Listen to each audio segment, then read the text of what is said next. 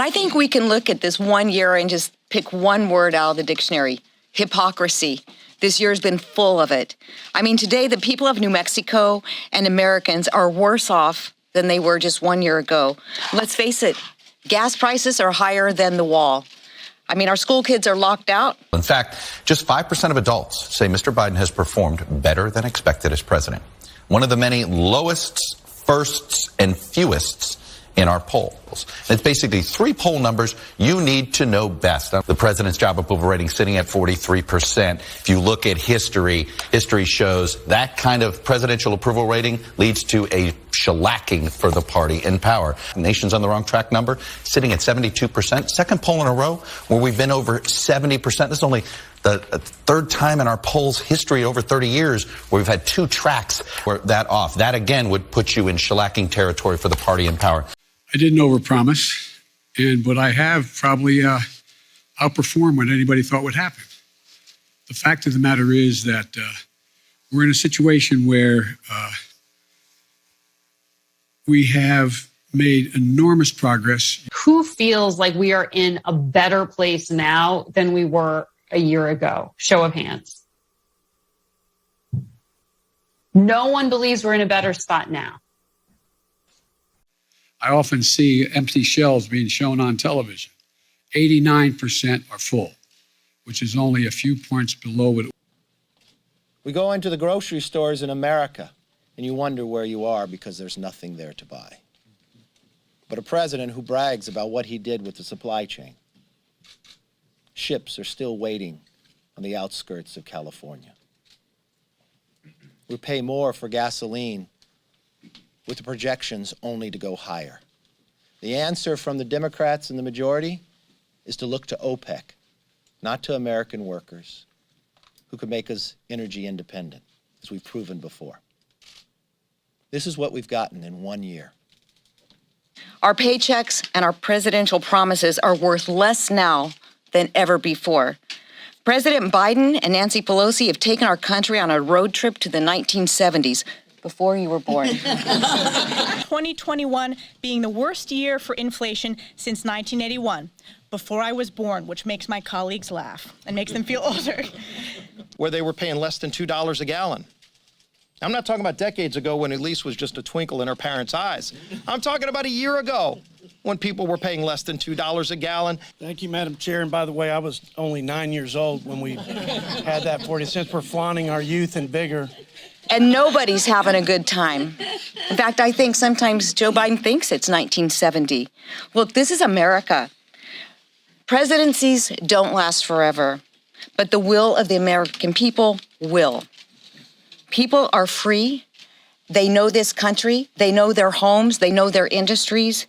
And they want to live in the nation that most have fought for and stood up for and respected. And right now, we are in crisis mode.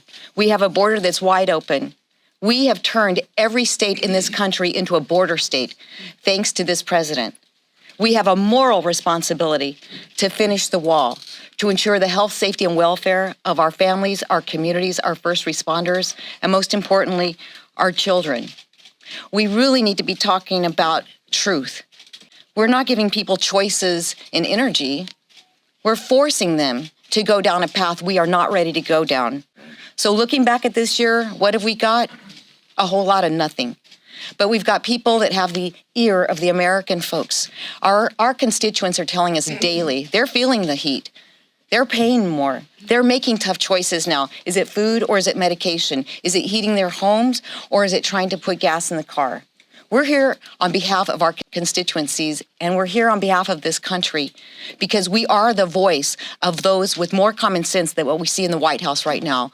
So I am pleased to stand here ready to fight for our freedoms with my colleagues, and I hope that 2022 will be a much better year, especially in November. That's my favorite month. I was most concerned about not just the president continuing to blame everybody else, but I cannot imagine, based upon the president's own decisions on what he did in Afghanistan, to look the American public in the eye and, I quote, "I make no apologies for what I did." There are deep questions among Americans about the competence of government, from the messy rollout of 5G this week to the Afghanistan withdrawal to testing on COVID. What have you done to restore Americans' faith in the competence of government? And are you satisfied by the view of the competence of your government? Look, let's take Afghanistan. I know you all would like to focus on that, which is legitimate. There is no way to get out of Afghanistan after 20 years easily. Not possible, no matter when you did it. And I make no apologies for what I did. The president said on Ukraine, a minor incursion. If you read the tweet today, the president of Ukraine, we want to remind the great powers that there are no minor incursions in small nations, just as there are no minor casualties and a little grief from the loss of loved ones. It's a one-year anniversary of the Democrats' control. It's also the 100th anniversary of the Soviet Union creation. With Putin wanting to put all the pieces back together again. Looking to the leader of the world with 2 hours offering the opportunity to go to Ukraine. Never in my life did I believe a president of the United States would say that. If you go back 1 year ago, it wasn't just the swearing in of President Joe Biden.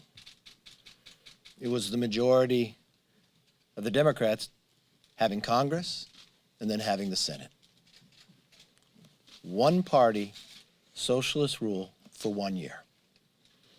No one thought we could do that much damage in that short amount of time. I listened to the president yesterday for nearly 2 hours.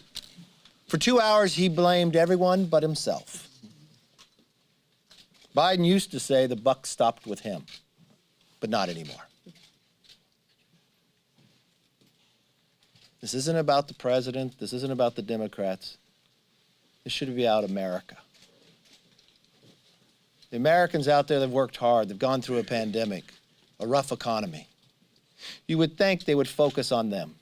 But the Democrats' very first bill, H.R. 1, the one they put the most importance on, was surely only about the Democrats maintaining power. If we look at the accomplishments, we got an economy that is damaged. We've got cities and streets that are dangerous. We have adversaries that feel emboldened. Is that a good song? I thought it was Lee Greenwood. We got a border that's not secure.